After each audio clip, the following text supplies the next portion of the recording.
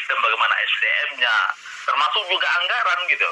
Karena ada juga provinsi kepala P2 TP2-nya mengeluh kepada saya, mereka tidak punya anggaran, ketika ada kasus tidak bisa melakukan penjangkauan kasus gitu ya, tidak bisa melakukan pendampingan karena nggak ada anggaran, karena anggaran itu habis ke penanganan COVID semua gitu. Nah sehingga ini ya anak-anak kita terabaikan. Padahal di ratas presiden yang juga KPAI hadir di sebelum COVID, bahwa UPT rehab ini adalah salah satu perintah presiden untuk dipercepat dan standarnya harus bagus gitu ya. Tapi ya faktanya seperti ini gitu ya. Dan kita tentu sekali lagi anak-anak kita akhirnya dia jatuh dan ditimpa tangga lagi. Dan ini sesuatu yang tentu mengagetkan kita gitu, Mas Radit.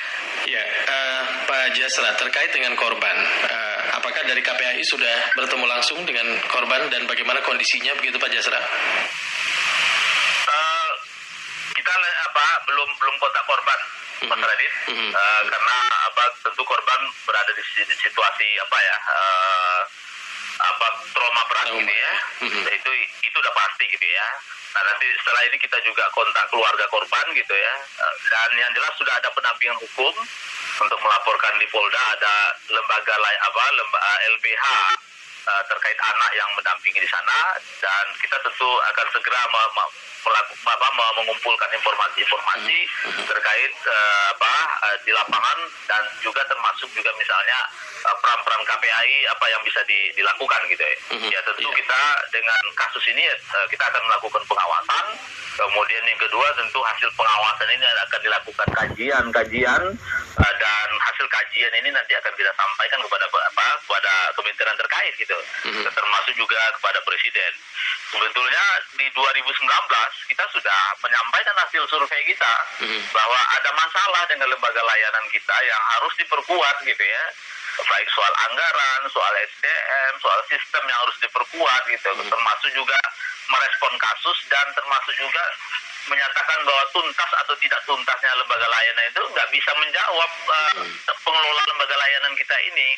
Karena misalnya seperti ini direhab berapa lama? 6 bulan. Apakah 6 bulan itu tuntas atau tidak? Dalam pandang dia tuntas bagi pengelola, tapi siapa yang berhak menyatakan itu tuntas?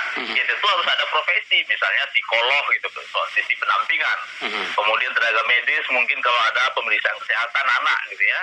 Dan itu tidak bisa, hampir 60% dari 23 lembaga layanan se-Indonesia kita survei, kita lakukan kajian, itu 60%-nya nggak bisa menyatakan itu tuntas melakukan rehab. Nah, berangkat dari data KPAI ini sebetulnya kita sudah bisa memotret gitu ya, bagaimana situasi lembaga layanan kita ini belum kita menghitung dari dampak COVID gitu ya. Karena dampak COVID ini sebagian anggaran Dinas Pemberdayaan Perempuan Perlindungan Anak termasuk lembaga layanan ini juga dialihkan kepada program-program COVID gitu ya. Nah, bagaimana anak-anak kita gitu pada akhirnya kalau kita situasi seperti ini ya tentu akan semakin rentan.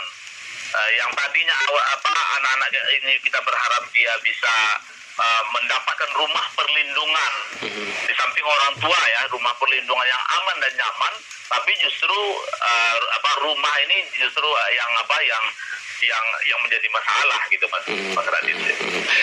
Baik Pak Jasra, terima kasih banyak atas waktunya berbincang di PRFM. Tentunya kita masih akan terus pantau ya bagaimana perkembangan kasus ini ke depannya begitu Pak Jasra.